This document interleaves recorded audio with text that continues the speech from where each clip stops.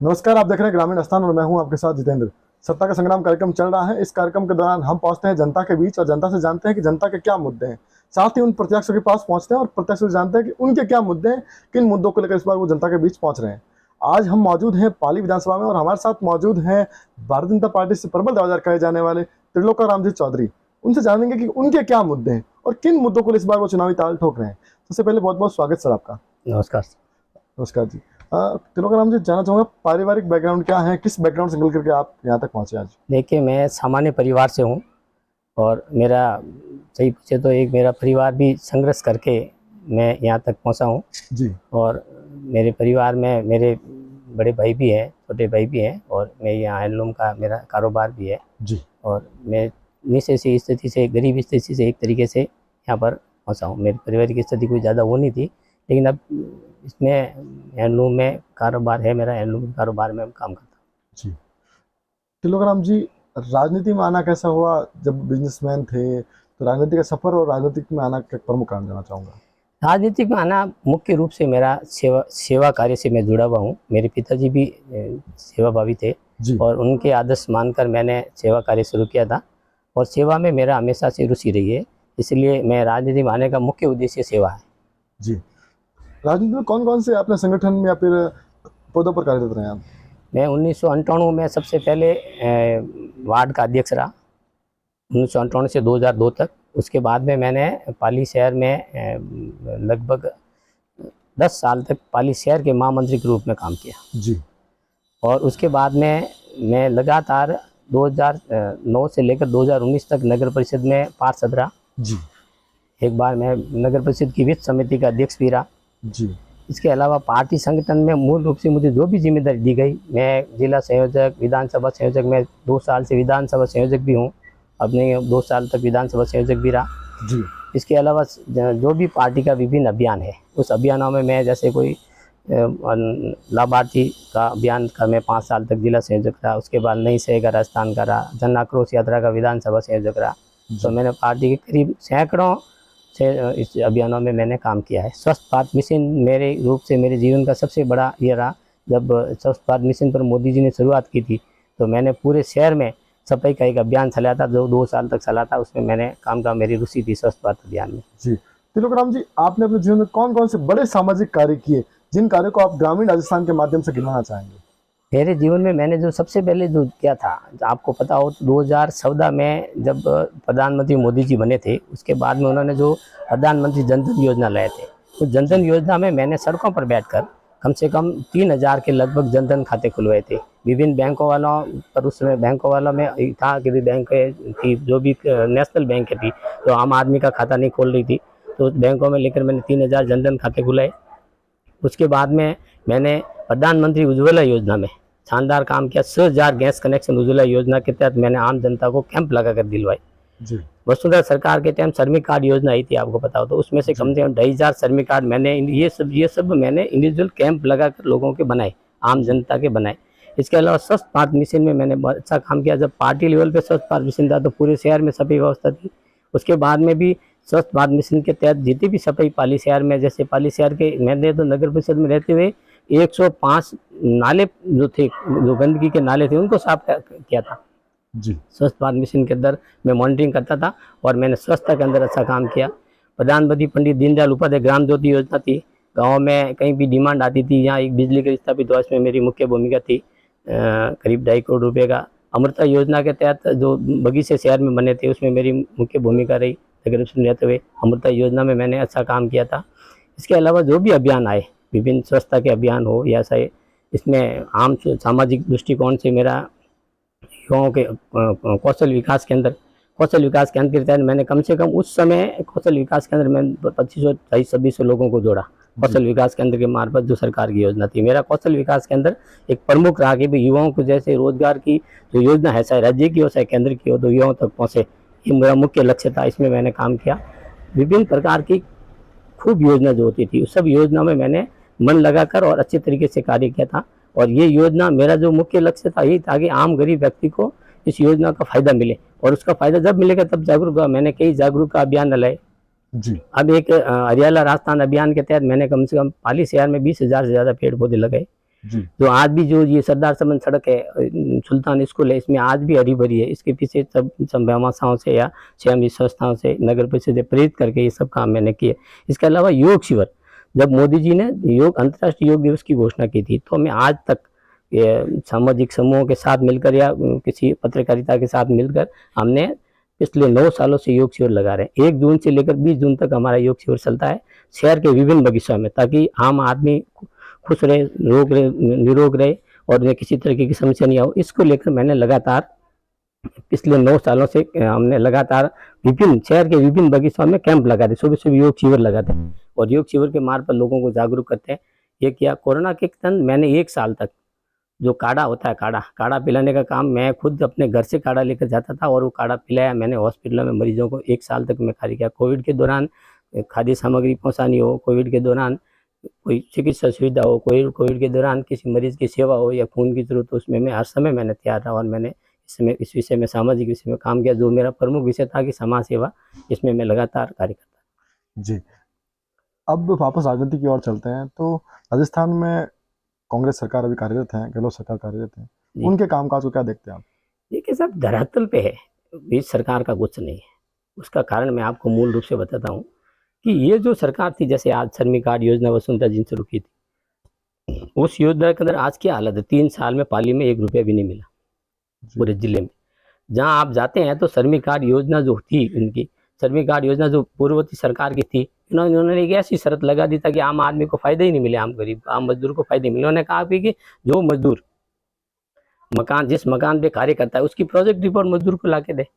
अब आप बताइए, इनकी सरकार की अगर श्रमिक को अगर लाभबंद करने की इच्छा ही नहीं है तो ऐसी शर्त लगेगा, कौन मकान मालिक एक मजदूर काम करने वाले कमता मजदूर को अपनी मकान की प्रोजेक्ट रिपोर्ट देगा? कहने का मतलब इनको कोई करने नहीं। ऐसे भी टोटल योजना, चाहे चिरंजीवी योजना ले लो, चाहे जितनी भी इनकी योजना, एक थोथी योजना है।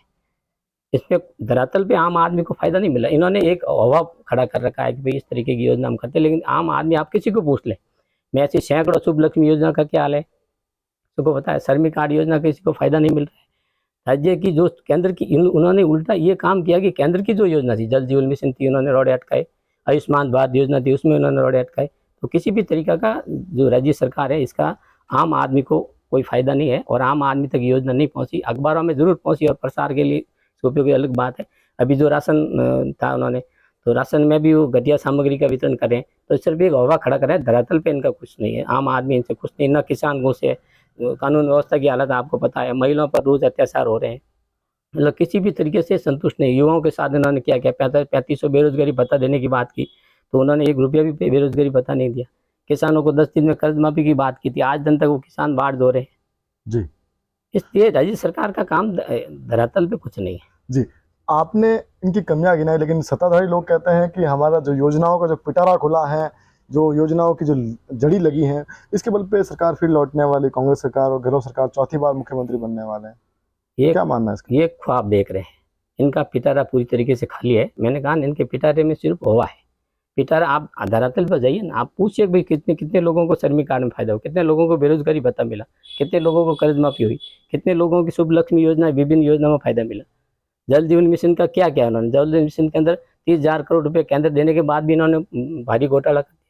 जी, अब ये तो होगी राज्य की बात। यहाँ के स्थानीय बात करें तो आपके भारतीय जनता पार्टी 25 वर्ष से लगातार यहाँ राज कर रही है। ज्ञानचंद जी पारख यहाँ से विधायक हैं 25 वर्ष से लगातार। उनके कामकाज को क्या देखते हैं आप? देखिए, भारतीय जनता पार्टी का प्रत्येक कार्यकर्ता जो होता है वो काम और सेवा के आधार पर ही राजनीतिक माता है। उन्होंने भी अपने क्षेत्र में अच्छा काम किया है, तभी तो लगातार भारतीय जनता पार्टी की लगातार वो 25 साल से आए हैं। तो काम संतोषजनक काम है उनका। ठीक है, पिछले 5 साल से राज्य की सरकार नहीं है, इस वजह से कोई समस्या आई है, तो वो समस्या का समाधान भविष्य में करेंगे। कहीं ना कहीं भारतीय जनता पार्टी में खिंचता नजर आती है। पाली जिले की, पाली विधानसभा क्षेत्र की बात करूँ यहाँ तो, क्योंकि सभापति और विधायक महोदय के बीच आए दिन कई सुनी मिलती है। कुछ समस्या है, ये बात सच है। इन समस्याओं का हमारा जो प्रदेश नेतृत्व है या जिला का जो नेतृत्व है, जो मिलके इसको समस्या का समाधान करेंगे। समस्या कुछ, एक परिवार में रहते हैं तो फिर परिवार में कई तरीके के लोग होते हैं, तो कुछ न कुछ समस्या, बड़ा परिवार है तो छोटी मोटी समस्या आती रहती है, ऐसी कोई बड़ी समस्या नहीं है। जी, मैं जानना चाहूँगा कि क्या विशेषता है त्रिलोकाराम चौधरी के अंदर कि पार्टी उनको मौका दें और भारतीय जनता पार्टी उनको अपना सिंबल देकर के मैदान में उतारे पाली विधानसभा क्षेत्र से? देखिए, पाली विधानसभा में मैं लगातार 29 साल से सक्रिय हूँ। जी। मैंने सामाजिक क्षेत्र में ले लो, शहर के विकास के क्षेत्र में ले लो, LNT रूडीप जब पाली में आई थी तो सबसे ज़्यादा सड़कों के निर्माण की आवाज़ मैंने उठाई थी। सबसे ज़्यादा लोग जन कल्याणकारी जो जनता की समस्या होती है उसके लिए मैंने संघर्ष किया है। और मैं जिस क्षेत्र से रहता हूँ, मील क्षेत्र है, ये मील क्षेत्र भी बड़ा क्षेत्र है, 21-22 वार्डों का क्षेत्र है। यहाँ क्षेत्र से आज तक किसी ने दावेदारी नहीं की है, यहाँ का भी फायदा मिलेगा। इसके अलावा मैं जिस कम्युनिटी चाहता हूँ, हालांकि एक जाति से कोई चुनाव नहीं जीतता है, लेकिन फिर भी ग्रामीण क्षेत्र में मेरे पटेल होने का भी फायदा मिलेगा। और सबसे बड़ा फायदा यह है कि मैं भारतीय जनता पार्टी का सामान्य वर्कर हूँ और भारतीय जनता पार्टी में लोकतंत्र तरीके से सबको अपने स्थान और टिकट मांगने का अधिकार है। और मुझे पूरा विश्वास है कि भारतीय जनता पार्टी की उम्मीदों पर मैं खरा उतरूंगा और पार्टी ने अगर आपको मौका दिया जी, तो पाली विधानसभा क्षेत्र के कौन कौन से बड़े मुद्दे रहेंगे जिन मुद्दों को लेकर आप जनता के बीच पहुंचेंगे और बड़े बड़े वादे करेंगे? देखिए, मेरे पूरी तरीके से 5 मुद्दे हैं पाली शहर के जी। पाली विधानसभा के प्रमुख रूप से। सबसे पहला जो मुद्दा है वो पॉल्यूशन का है।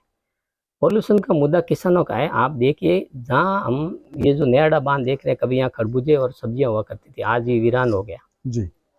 इसके अलावा इस प्रदूषण की जो बांडी नदी की स्थिति है किसी से छुपी नहीं है। किसानों की वाजिब आवाज़, उद्योग, हम नहीं चाहते कोई उद्योगपति उद्योग धंधे बंद हो, लेकिन इसके अलावा जो किसानों की मूल समस्या है, प्रदूषण की समस्या है, इस पर मैं एक निश्चित काल के लिए काम करना चाहूँगा ताकि उद्योग भी चले और किसानों की जो प्रदूषण की समस्या है उसका समाधान हो। दूसरा, पाली शहर में पानी की जो व्यवस्था है, जब ये बांध भर जाता है तो पानी के लिए कोई विधानसभा में समस्या आती नहीं है, लेकिन जब पानी नहीं होता जब ये बांध में, तो वैकल्पिक व्यवस्था पानी की नहीं है। तो पानी की वैकल्पिक व्यवस्था के लिए अगर पाली विधानसभा में कुछ क्षेत्रों को अलग अलग क्षेत्रों से जोड़ा जाए, जैसे रोहित का क्षेत्र है तो जोधपुर से जुड़ जाए, इधर जवई बांध का है जब पानी आता है तो फिर कुछ बार कम होगा, क्योंकि रोहित क्षेत्र में जोधपुर में पर्याप्त पानी है पाइपलाइन के लिए, तो पाइपलाइन से ये जुड़ जाए। तो पानी के विषय में मैं काम करना चाहूँगा। दूसरा, जो शहरी क्षेत्र है, अंदरूनी भाग या ग्रामीण क्षेत्र है, जो सड़कों की स्थिति बेहद खराब है, सड़कों की स्थिति के बारे में एक मास्टर प्लान बना के सड़कों की स्थिति के रूप में मेरे काम करने का उद्देश्य है कि पाली की शहर है कि सड़कें सही हो, पाली की जनता को लाभ मिले, साथ ही साथ रोजगार के कुछ साधन स्थापित हो। यहाँ युवाओं के लिए रोजगार की कमी है, तो रोजगार के लिए जो एक ही उद्योग है यहाँ, कपड़ा उद्योग, इसके अलावा ऐसे कोई उद्योग स्थापित हो तो या ऐसी किसी सरकारी संस्था को हो ताकि पाली के युवाओं को रोजगार मिले, इसमें उनको रोजगार के लिए भटकना नहीं पड़े और उनको कहीं जाना नहीं पड़े। जी। महिलाओं को लेकर क्या प्लानिंग रहेगी आप, क्योंकि महिला सशक्तिकरण का आज बड़ा कांग्रेस पार्टी भी जोर दे रही है, भारतीय जनता पार्टी भी जोर दे रही है, तो क्या क्या विचार रहेगा आपका? महिला सशक्तिकरण के बारे में हमने काम किया है। सबसे ज़्यादा जो योजनाओं का फायदा है, जो महिलाओं को कैसे मिले, इसलिए मैंने सैकड़ों कैंप ऐसे लगाए महिलाओं के, जिसमें महिलाओं को योजना का फायदा मिले। होता क्या है, कोई भी सरकार की सभी सरकारें योजना लाती है, लेकिन आम आदमी तक या आम महिला तक वो योजना नहीं पहुंच पाती। जैसे अभी मैंने इस एक अभियान चला था सिलाई मशीनों का महिलाओं को देने के लिए, तो उसमें भी मैं शामिल था, मेरे जितना हो सका मैंने सहयोग किया। लेकिन महिलाओं के लिए एक प्रस्तुत एक नीति बननी चाहिए उनके रोजगार की, क्योंकि आज के लिए हो गया, जैसे पाली में सूड़ी उद्योग है उसको बढ़ावा मिले, पाली में साड़ी फॉल उद्योग है उसको बढ़ावा मिले, तो ये छोटे छोटे जो उद्योग स्थापित होंगे उस छोटे उद्योगों को रोजगार महिलाओं को मिलेगा, और महिलाओं को रोजगार मिलेगा तो आर्थिक उन्नति होगी। इसके लिए महिलाओं के रोजगार के लिए प्रमुख मुद्दा ये मेरा रहेगा। इसके लिए अलग अलग तरीके से या जैसे भी उद्योग कैसे स्थापित हो सके, और कुटीर उद्योग कैसे हो जी, कुटीर उद्योग के मार्ग के कला देखो, कौशल विकास आज का सबसे बड़ा मुद्दा है। कौशल विकास के अंदर अगर आप काम करते हैं तो कौशल विकास में हर आदमी, देखिए मेरा जो मानना है निजी रूप से, जैसे शिक्षित करके कोई आदमी मतलब पढ़ा लिखा डॉक्टर इंजीनियर बनता है, वो अच्छी बात है, पढ़ाई है, मेहनत से बनते हैं, लेकिन जो सामान्य आदमी कम पढ़ लेता है उसके अंदर हुनर होना चाहिए। हुनर वाला जो व्यक्ति है, आज आप देखिए कि आप डॉक्टर की फीस 100-200 रुपये होगी, लेकिन अगर आप एक खाती लेने जाए तो 1000 रुपये में नहीं मिलेगा। आज कोई आप इलेक्ट्रिशियन लेने जाए नहीं मिलेगा, तो ये क्यों है, इसकी महत्ता क्यों है? जैसे कोई आज छोटा मोटा जो कमटे का कारीगर है, 1000 रुपये 800 रुपये से कम नहीं आता। तो ये एक कौशल है, ये हुनर है, तो ज़्यादा से ज़्यादा लोग कौशल में प्रशिक्षण हो और ताकि उनको जगह जगह रोजगार मिल सके, ये प्रमुख रूप से। जी, आप अंत में ग्रामीण स्थान के माध्यम से क्या अपील करना चाहेंगे पाली की जनता से? पाली की जनता से मेरा यही निवेदन है कि मैं पाली की जनता के बीच में हमेशा काम किया है, पाली शहर की जनता मुझे जानती भी है, मैं एक सामान्य कार्यकर्ता हूँ और भारतीय जनता पार्टी अगर मुझे मौका देती है तो मैं ये विश्वास दिलाता हूँ कि मैं इसका इस 5 साल की मेरी जो कार्य होगा वो शानदार कार्य होगा और आम जन के हित में होगा, आम जन के विकास के लिए होगा और आम जन के विश्वास के लिए होगा। जी, ये थे हमारे साथ तिलोकाराम जी चौधरी, जिन्होंने वादे तो काफी बड़े बड़े किए हैं। अब देखना है कि जनता इनके ऊपर कितना भरोसा करती है, कितना जनादेश देती है। उससे पहले देखने वाली बड़ी बात होगी, क्या इनके ऊपर पार्टी भरोसा करती है, क्या इनको भारतीय जनता पार्टी मैदान में उतारती है।